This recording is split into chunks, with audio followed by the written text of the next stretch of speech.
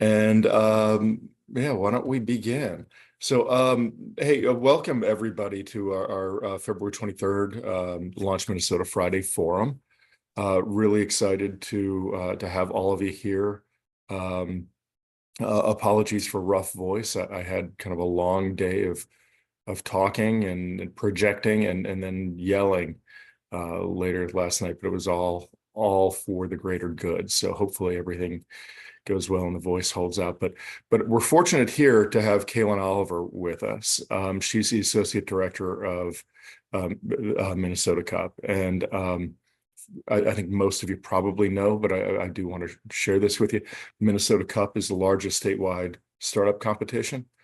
It's a completely free program that aims to be the first step in starting a business here in Minnesota, and the competition provides resources, great resources for early stage startups.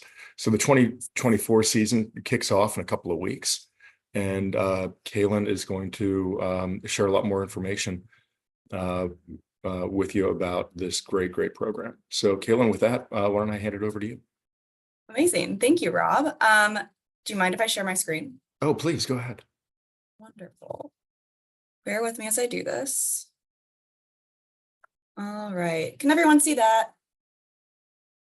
Thumbs up. Thank you. All right. Thank you for the wonderful introduction, Rob. As he said, my name is Kaylin Oliver. I'm the Associate Director of Minnesota Cup, and excited to be here today with a couple of our past winners to share more about what Minnesota Cup is, what opportunities are out there for founders here in Minnesota, and just go through the experience. So I'm going to start with a brief review of what the program is, what it has to offer, and then we will dive into a founder panel that'll give you all a chance to ask some questions of some past winners.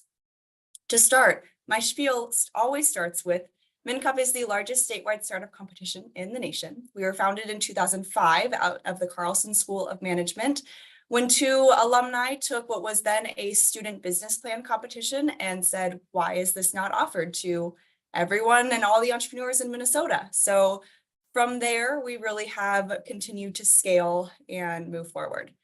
So really what we're doing here at MinCup, we have an annual startup competition that we run.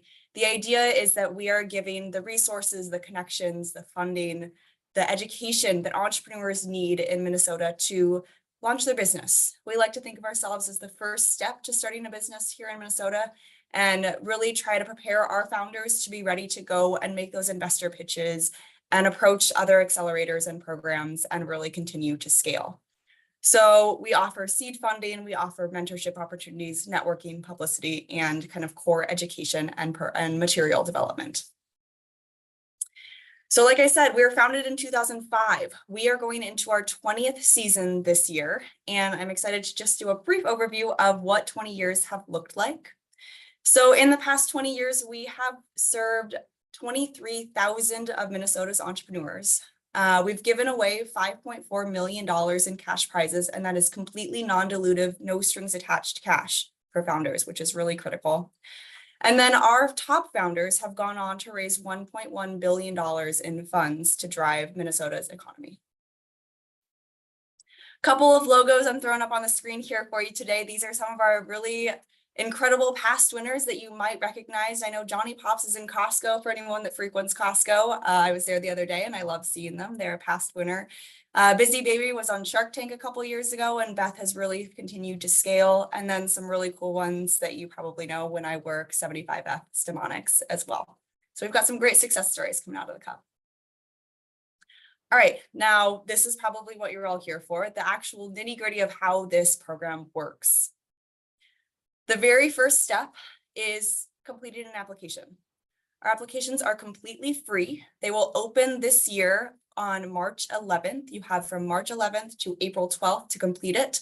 And the only criteria to be eligible to apply are that you are a Minnesota-based company and that your company is making less than $1 million in revenue. So we are open across industries, across the state, really for all of those early stage companies. Couple things to think about when you're applying. All of our applicants will self-select into one of our 9 competition divisions. So these divisions, we have a student division for any of those undergrad or graduate students that have ideas. We have a youth division. If you know anybody that's 18 or under, high schoolers really bring some amazing ideas in the past. The rest of our divisions are what we call industry divisions. You have an education product. If you have something in the clean tech space, a food, CPG product, impact ventures can be open to nonprofits. We are happy to guide you as you're trying to make this decision. I tell people that whatever the core focus of their business is probably going to help you fit into a division best. And for those of you that don't feel like you fit into one of these energy, high tech, life science divisions, our general division tends to be a little bit of a catch-all and is a great fit for anyone that doesn't fit into the others.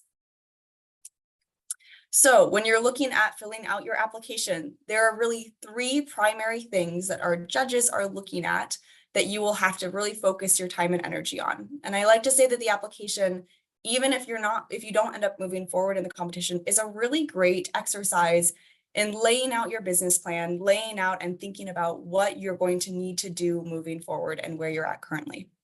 So the first piece is the opportunity. That's where you share your value proposition, your idea, what's the unique opportunity that you are exploring.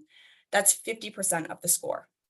Then your plan, classic business plan. How are you actually going to execute on your opportunity? How are you going to make it happen, bring your product to market, all of those pieces. It's 25%. And then the last 25% is progress. Where are you at so far? Do you have an MVP? Have you started selling to customers? Have you identified those customers? And where you're planning to go? So really those 3 core pieces that's the application. It's just very easy. We try to make it as simple as possible. All right, so part 2, you fill out your application. The next thing that happens is we have volunteer judges that are experts in different industries across our divisions, and they go through and they review your application. And every single person that completes an application will receive feedback, whether you move forward to the next round or not. So that's another key piece. Filling out the application helps you plan out what you're trying to do and your business plan and really think through all those questions. But the second thing is you're getting expert feedback from judges, no matter how you move forward in the competition. So our judges will review those applications, and then they select the top 10 companies in each of our 9 divisions that will move on into what we call our semifinalist round. So each year we select 90 companies total that'll move forward into more robust programming throughout the summer. So those semifinalists that we select, the 90 teams that move forward, there's a couple of things that they're going to receive as benefits. One of the core pieces that we find often is the most impactful benefit is our mentorship program. Every one of our companies is going to be matched with 2 expert volunteer mentors from a variety of industries, a variety of backgrounds. As a semifinalist, you get to see who all of the mentors are, and you get to tell us who you're interested in working with. You get to rank your top 5. If you're looking for finance expertise or marketing expertise, you can look through and find somebody with that background to help give you advice. They will help you with just general business advice, but they're also going to help you in your material development. Another piece that we offer to our semifinalists are a variety of education sessions, working through how are you developing your pitch, how are you developing your deck, core kind of marketing, sales, finance, really foundational business expertise, education sessions that'll help you move forward. Another thing is publicity. Publicity and networking are huge. Obviously, you need connections to move forward with your business. And MnCUF, as we've been running for 20 years, has pretty decent brand recognition in the community. And it means a lot for corporate and other core ecosystem partners to see that you've gone through the Minnesota Cup. The last thing I mentioned, material development. As part of the semifinalist round, you will be required to complete a 2-page executive summary of your business plan, a 15-slide pitch deck, and a 1-minute marketing video of your product or service. These are things that we expect you to be able to use moving forward post-competition. Your pitch deck is crucial. You'll use it in the competition, but also afterwards. And these are things that your mentor can be a key piece of helping you develop. The other thing, we like to think of our funding as a really big driver of applications. I know everybody needs funding, and non-dilutive funding is really critical to founders. So a brief overview of what we offer for funding. We give away $400,000 in cash prizes each year. We have 9 divisional winners, one from each of our divisions that are selected each year, and they each take home $25,000. We have 1 grand prize winner of those 9 division winners that is selected in September. They take home an additional $50,000. Our grand prize runner-up takes home another $15,000. And then we have, thanks to some really generous sponsors, we have additional dedicated prizes that you can take home as well.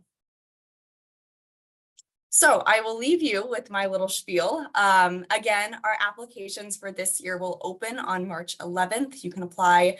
MNCUP.org is where all of our resources are. We have a lot of additional resources, FAQs, tips from judges available there, as well as you're filling out your applications in addition to office hour opportunities.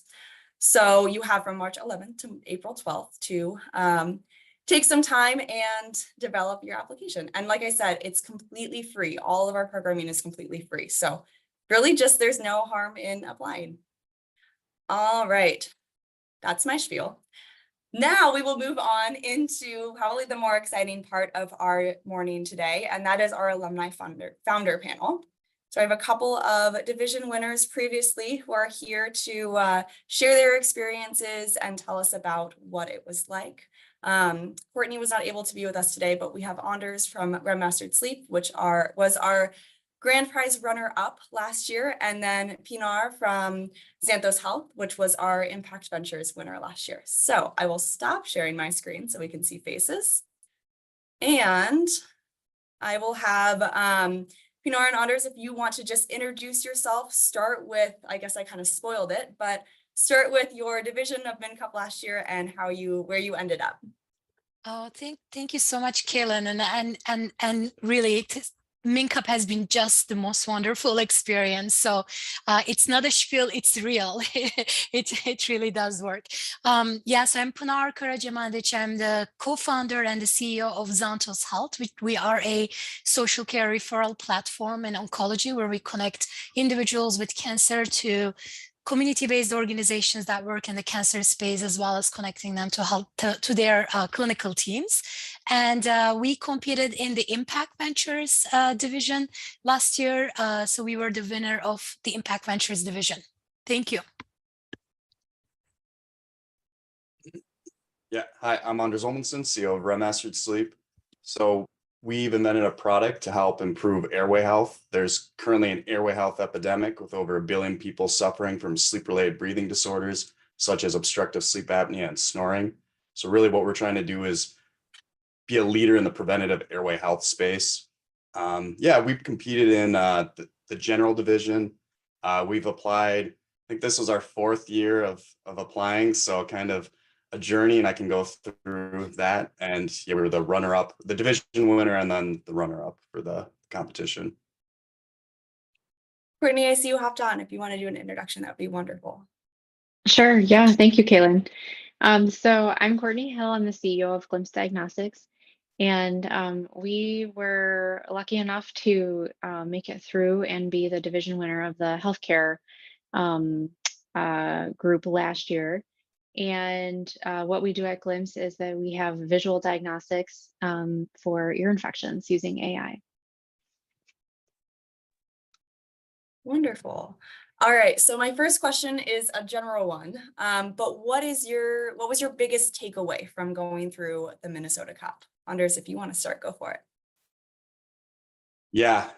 Yeah, I think it's kind of like changed over time. I'd say kind of when we first started out, when we first applied, didn't get in. So that was like the first year of applying. So I think at that point, it's kind of more building resilience, and that's kind of just in general as like a starting company. It's a good skill to learn.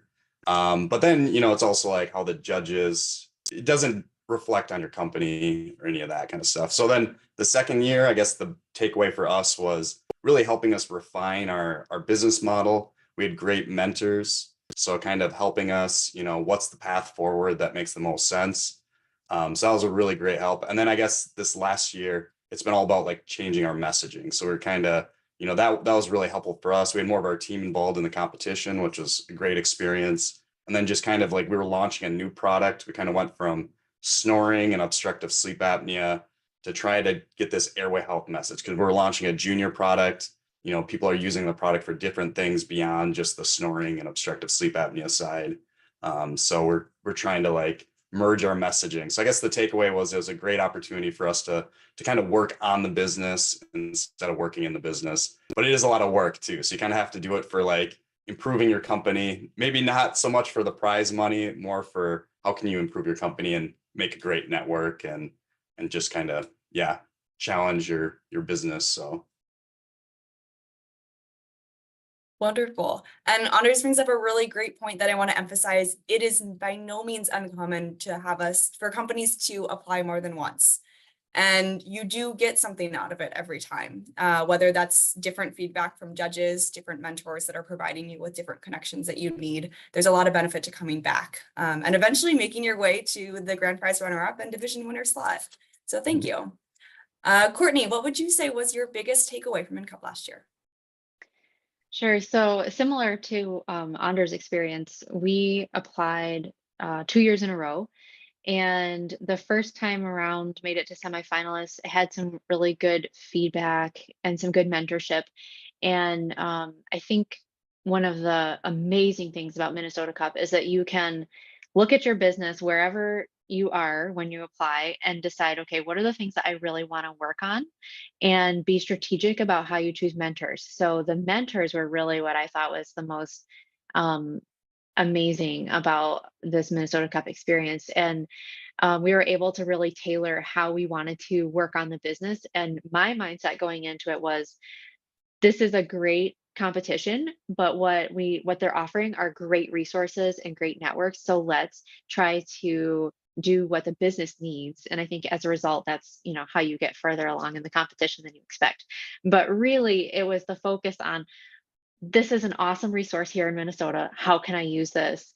And every year it's different. When you apply, your company's in different stages. And so it's just amazing to be able to choose and hope for mentors that have that different experience. They were very different from year to year for us. So yeah, so that's been the most valuable. And it was just really, really awesome to be able to make some strong connections with the mentors this year.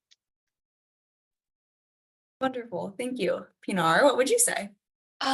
So this was our first time, but we have also, I have to give a very thankful message to the beta accelerator as well. So for us, it was very interesting because we were in the beta cohort, in the spring cohort. So we were learning a lot. Before that, we had built the technology with funding from SBIR fund. So we had the technology, then we learned in the beta cohort a lot of information, and then comes Minnesota Cup. And I think, like Anders and Courtney said, that was the time for us to now sit down and really narrow down the messaging and really refine it and really meet lots of different people and different types of mentors to kind of take us to the next level of what is the business, what is the customers, and really thinking through that. I think that was super helpful. And so both co-founders in our case, we're academics. We sit in academic roles. So the startup world is brand new for us. So it was also, I would say, so enriching to meet so many other startups and founders and understand the community of entrepreneurship from that lens.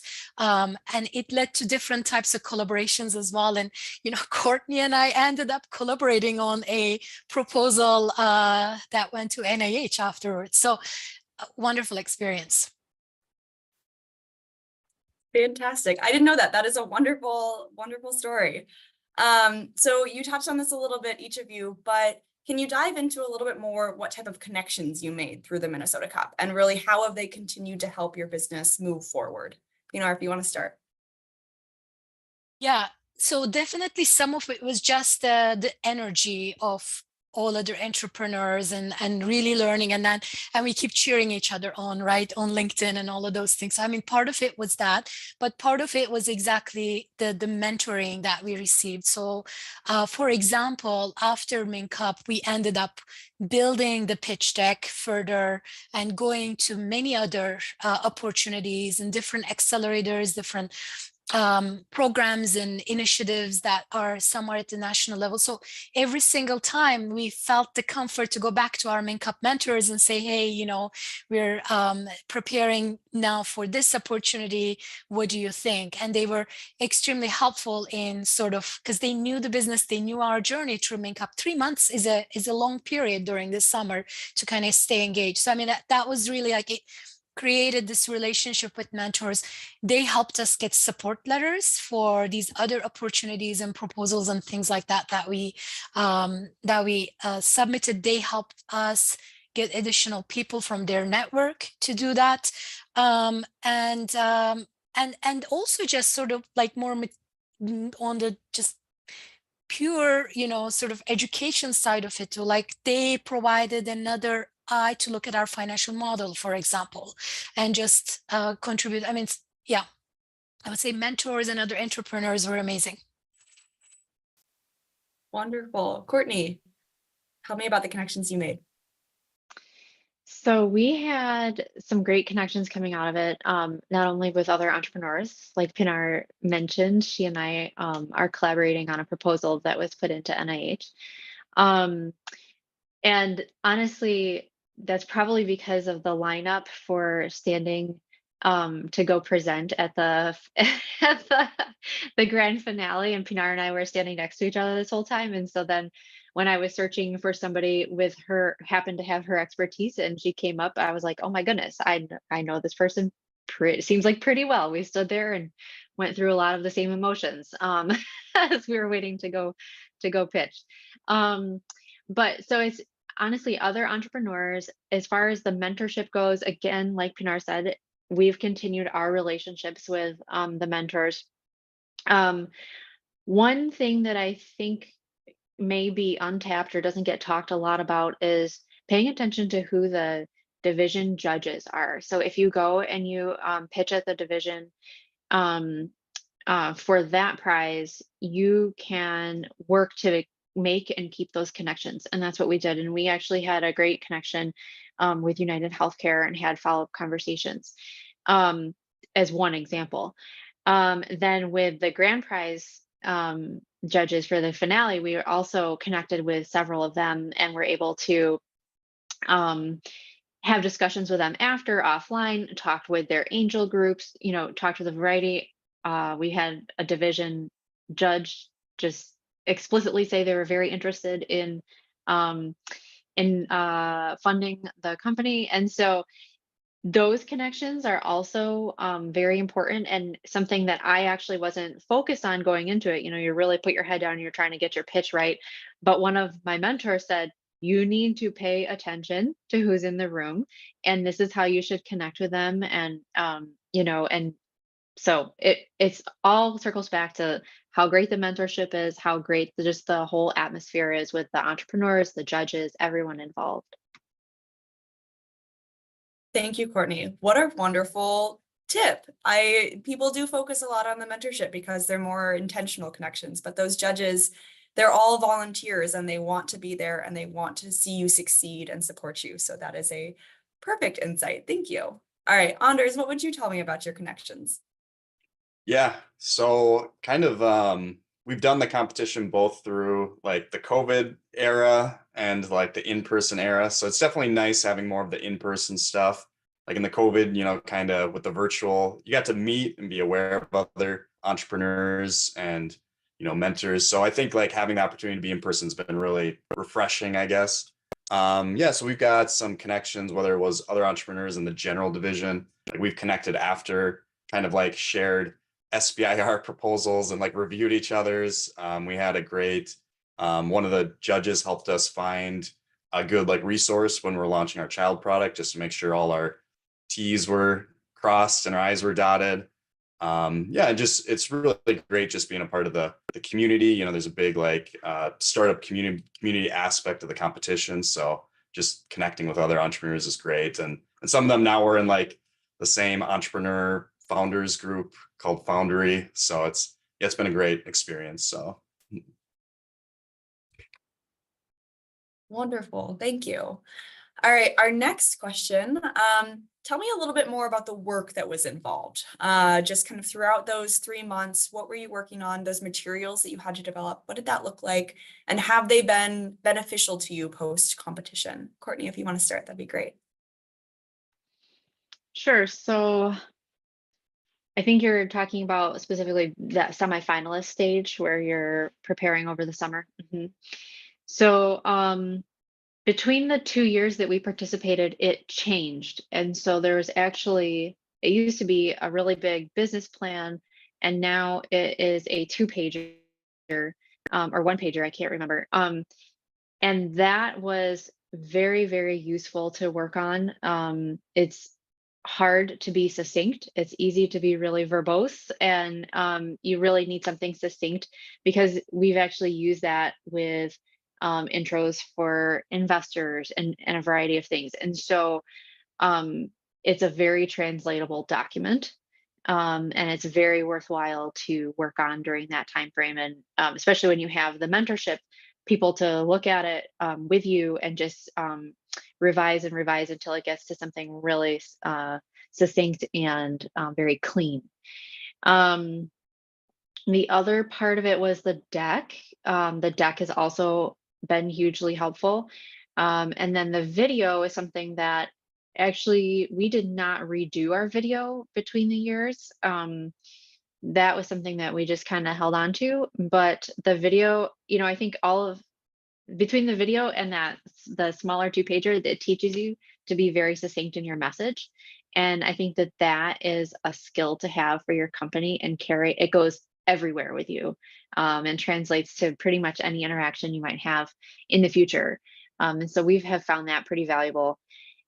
I think it can be as intense or not as intense as you want it to be. It depends on your mentors and how often you're following up. But what I found just in the 2 years where we participated is that being more hands-on is going to get your company farther. And being really, really interactive with your mentors just pushes you further and further. And so why not take advantage of it and really move your company ahead? I feel like we really did this year, and it was incredible.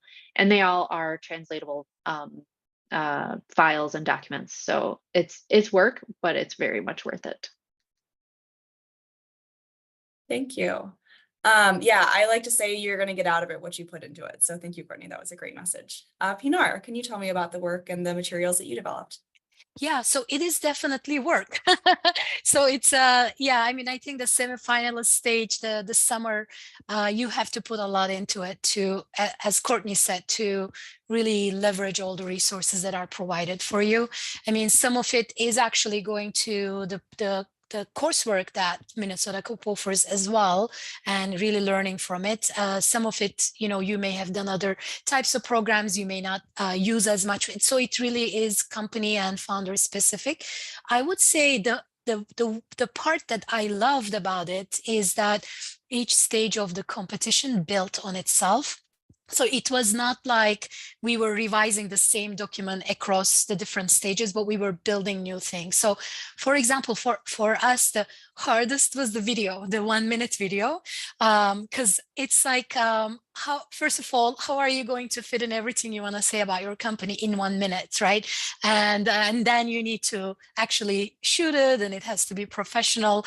But you can get resources for that as well. So that's but it was interesting. So I love the 1-minute video because it really put us to put us into shape, I have to say, in terms of really getting our message succinctly. And then the 2-pager was amazing because that was very much like a document that is translatable. You can, for example, the 2-pager that you do in Minnesota Cup, you use that later on to build your 12-page commercialization draft when you go to the SBIR program and the NIH proposals, because the same kinds of elements. It's just that you have the main message in that 2-pager, and then you can kind of build on it. So I would say any work that you put on the 2-pager is not wasted work at all. And then iterating back and forth with the mentors, it's amazing how much documents can get iterated, right? So even the 2-page, it evolves. And then I would say then in the next stage, you know, and then you have the deck. The deck is the longer deck, the 10 or 12 pager, I forgot. But then there's also opportunities later on to do the 3-minute pitch. So I kind of really like that you have a 2-page document, then you have a 10-minute like deck, then you have a 2-3-minute like deck, because different types of competitions we found out that we kept applying for afterwards had that format. Some of it needed 4 minutes. So I was like, okay, we're going to get our minutes for the cup pitch and add another minute worth of material, or slow down in some of the cases, right? So I liked how it was very incremental, and that it was allowing us to, it was giving us a diverse way of putting the message and the business plan together.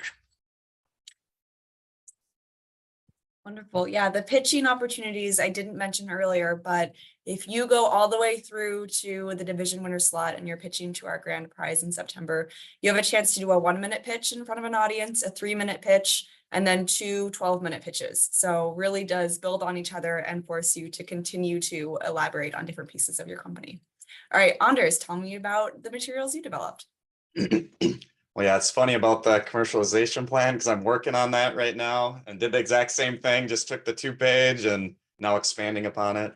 Yeah, it's definitely like going into it, like it is a lot of work. You kind of have to be prepared for your business to do that. You know, it's got to be something where you're ready to work on the business. For us, we were like in the middle of, you know, first running the business, we were launching a new product, plus then we did the Min Cup. So it's kind of like a lot of things at one time, but it was really valuable.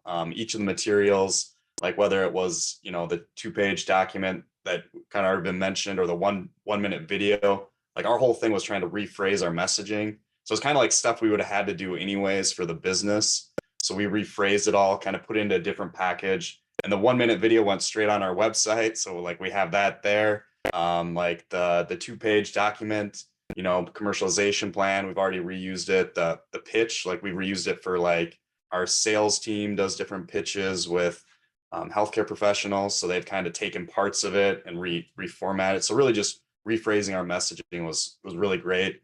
Taking advantage of the great mentors, you know, kind of being strategic, because really that's the whole point of it is like you're trying to improve your business in some way.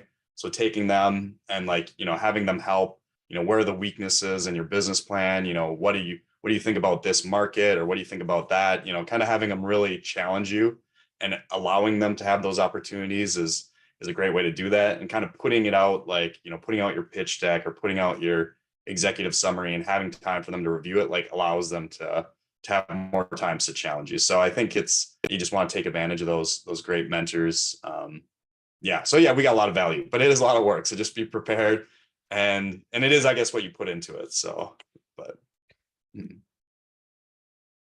Wonderful. All right, I have one more question for our panelists, and then we will move into audience questions. This one's pretty applicable for our upcoming applications opening, but what advice do you have for the founders that are considering applying this year? Anders, if you want to start. Yeah, I think definitely, you know, spend some time on the application. Think it through if it's the right time in your business, but I think any stage of your business, you'll get some value, whether it's you're applying and not getting in, but at least you're thinking through your different materials, or you're getting into the semifinals where you kind of do a lot of the, you know, kind of the brunt work of the competition. Yeah, I think just if you're ready to do it, like go all in, do it, you know, it's worth it for sure. Don't do it for the prize money, but the prize money is nice and it does help the business a lot. Yeah, and just have fun, meet other founders. Yeah, enjoy the process. So. Awesome. Pinar. I would have the exact same kind of advice. I definitely do it, I would say. You know, we weren't sure because last year when we were applying, you know, we weren't sure whether we should do it. Is it going to be a lot of work and this and that? And the first application is pretty straightforward, I would say. But again, put a little bit of thought around it. then, but just go for it, I would say. For that one, for sure, go for it. And then if you get to the semifinal stage, you're already receiving a lot of materials and additional support that it will make you want to go for it to the next stage. On a personal side, so I had told about this to my son, who's a teenager in high school, and he had some ideas that he was building, and so he went for it last year too. He became one of the semifinalists, and he loved the opportunity, like a project that he had in mind that he didn't even think that it could be put together as a business plan and an idea. Like, he had no idea. I said, well, why not? And so it was actually quite fun. So one little advice I would give for founders who may have other family members or friends who are thinking about some ideas, go for it together. It actually becomes a lot of fun to kind of pitch to each other, listen to each other videos and things like that.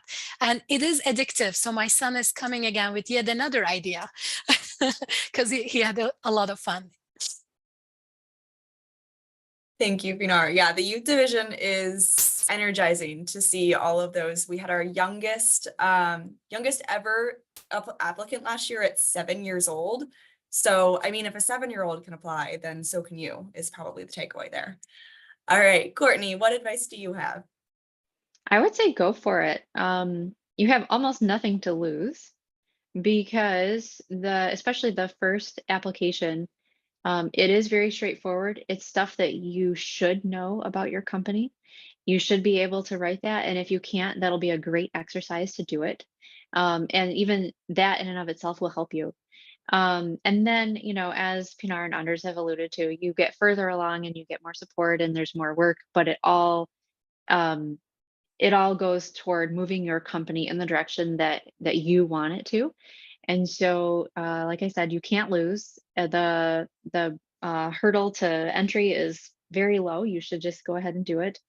And at the worst, you get some feedback and you understand how to make your company and your application better.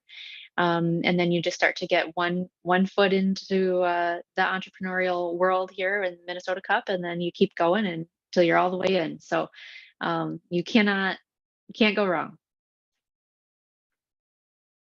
Wonderful. Thank you all. All right, so now I want to open it up for any audience questions, whether it's for me about the kind of logistics piece or for any of our founders. I'll start, Mike. I know you threw one in the chat, so I can start with that. Mike's question was, can you talk a bit about the number of applicants versus the selection through each step of the process? So our initial applications, which will be the ones opening on March 11th, since it's so broad, we do get a lot. We had almost 900 individual business plans submitted last year. And like I said, we're selecting 90 of those companies total. However, this is why I and our panelists really emphasize that there are crucial benefits just for applying, even if you're not making it to that round. Like Anders, that first time you apply, there's still a chance to get feedback, a chance to go through and really think through all of the key pieces of your business. So I still encourage you to apply, plus it's free again. The next round, just to talk through each of the rounds, we have those 90 semifinalists. In August, after you submit those materials I mentioned, and we've talked about the pitch deck and the 2-pager and the 1-minute video, our judges will select the top 3 in each division. So those we call our finalists. There are 27 of them total. From there, each of those finalists get a chance to do a full live 12-minute pitch in front of our judges in person. And that's when we select our division winners, which are the panelists that you see before you today. So we select 9 division winners.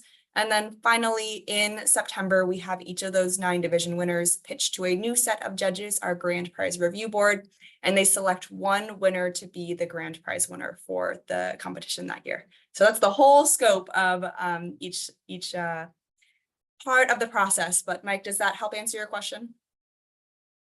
Perfect. Yes, it does. Thank you. One other just follow-up question on the very first one where you have the most applicants, 900. Yes. How is that screen done? Is it the judges that you referenced and you sent out in the chat? Those are the ones that review all that? Yes, they do. Wow. Okay, that's a ton of review. It is. Yeah, we do kind of an initial review with our internal team, but the judges are the ones making the decisions. Thank you. Yeah. Other questions, either in the chat or feel free to unmute.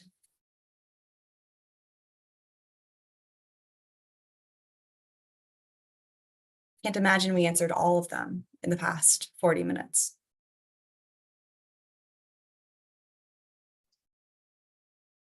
Okay, I'll ask another one. So for the participants, the ones who have been successful in the past, as you prepared your first submission, that's obviously probably one of the more tough ones. What advice would you have on the very first submission to make it through that first screening? That's the toughest cut, it seems like, to make it through the process. I can take that one. Yeah, I think just like making your business stand out. You know, you can think of how many applications the judges are going through. So whatever you can do to kind of showcase yours, you know, make sure that they remember it, like make it impactful, you know, and that you're a good quality candidate. So yeah, I guess standing out's probably the first thing. But we do like, so our second year we applied, we made it to the semifinals. Our third year we applied and we didn't make it in. And that year we just kind of copied and pasted our application before, and we kind of just filled, you know, changed the numbers to update for the business. And I wouldn't recommend doing that because the judges, a lot of them do it, you know, multiple years. So they kind of see the progress of your company. So they're kind of looking for how your company's growing over time. And that's like another thing that they're paying attention to. So yeah, so probably like as your business evolves, you know, just making sure your application reflects that as well. Yeah. I think one of the things too, oh, I'm sorry, Pinar. One of the things, if you have your head down and you're working in your business, sometimes it's hard to zoom out and look at what your progress is. And so trying to look at it from an outsider's perspective of like, okay, what actually does look, you know, what has been the progress in your mind? If you're working in your business, you're thinking about that big thing that you're trying to get to, but you want to be really explicit about the things that you have made progress in and the data that's behind that, or just the evidence for it. I think one of the things that Anders talked about is when you're first filling that out, to really make your company stand out and what your goals are, and being really succinct, because to also his point, the judges read a lot of these. And so the more you can be succinct and just really high quality sentences, make every sentence count and don't be superfluous, I think that's going to just do the judges a big favor, and also you know, and you'll be able to be more succinct in how you describe your company. Yeah, I would add to that. If I were to think that, that's a very interesting question, Mike. I hadn't really thought of that, but I would say, like, once you qualify to the semifinal round extra and onwards, a lot of the materials you have to prepare are, in some sense, they're meant to be, and I think they are a little bit more prescriptive, right? In the sense that you need the 12-page deck, you need the 2-page executive summary, and then those have certain subsections you need to fill. And I believe it's intentional because then, as we all spoke, you know, this is the build document that you build and translate to larger proposals or investor relations and things like that. But I would say the first round is your opportunity to be more just you, and to bring your voice a little bit more casually and very genuinely. It's a little bit more free floating format, I would say, the words you choose, the way you phrase it. So I would say when I compare our first round to others, our first round was a little bit more casual language. It was more like, this is who we are, this is what we want to build, and this is why, and this is why now. And I would say that I think, like, maybe shine your company and your vision in that first round. Wonderful. Thank you all. I think Courtney brings up a really great point of, you kind of get your head down in your business, and an outside perspective can be critical. And I know that a lot of our applicants have family members, friends, other people read through their applications just to be like, hey, this piece doesn't make sense. Maybe it makes sense to you, but to somebody that doesn't know your business, it might not. It's also key. I'm also going to throw a link in the chat. We have open office hours that we will offer during the application period. So if you get stuck anywhere, feel free to come and chat with me and my team, and we're happy to help. Sam, did you have a question? Yeah, I remember I attended the MN Cup last year to get an exposure. We are a new startup. And I remember we had got a voting provision there when we were sitting in the audience. So how does that impact your decision of who's the winner, who is the runner-up, or is it just to get a excitement from the audience? So the audience participation during those are really just the excitement piece. And I think like one of our winners last year was one of our student winners that won that kind of audience favorite award. And I mean, he gave a great engaging presentation.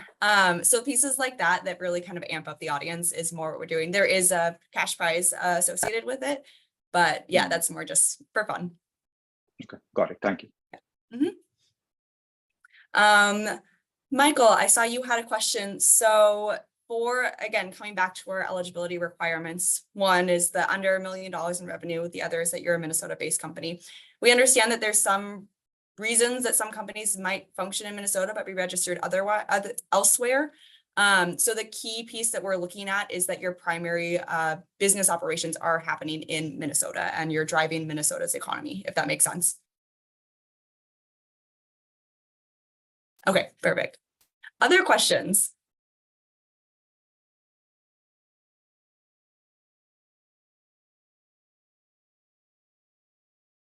Yeah, Mike. Yes, we've been in the Minnesota Cup a couple times now. Couple comments on that. First was difficulty to decide which category to go into. I wish there would be a good explanation of the different categories. We looked at it originally, and we basically believed we could have applied for 5 of the different categories. So that was a very difficult time. And then secondly, we believe that to really, quite honestly, the second time we entered, we did quite well. The first time we got thrown out on the first round. But on this, our belief is that you pretty much have to have your MVP done and starting to bring it to customers to get past the final round. Is that true? So that depends on the division. For some of them, you say high tech, you have software. There's some expectation from the judges that you've made some progress on developing that software. If you have something that's more hardware focused or a med tech device, those obviously there's a little bit more capital that's needed to really get those moving on an MVP and a true product. So it really does depend on the division and the industry. But the judges like to see that you've made progress, that you're not just saying, hey, this is what I want to do, but I haven't done anything yet. They want to see that you're actually taking steps to make progress in it, whatever is appropriate for the industry that you're in. And then the other thing you commented on the difficulty in selecting a division, which is a huge thing that I know a lot of our applicants feel. So I'm going to throw another link in the chat. All these are on our website, mincup.org. Feel free to rummage around there, but we do have descriptions for each of our divisions. You can go through, we've listed a couple of the previous winners, check out what they did. Another thing to do is look at the judges. Sometimes that can help. Again, feel free to come and chat with me if you're really feeling stuck on what division, and we can help provide a little bit of guidance. All right, Mike, it looks like you have another question. So the application period, yes, is open for a month. There's no difference in when you apply. It's one of those things that we often see a huge spike in the last 2 days because everybody's taking their time to make sure it's perfect. But we review all of the applications at once. Any other questions?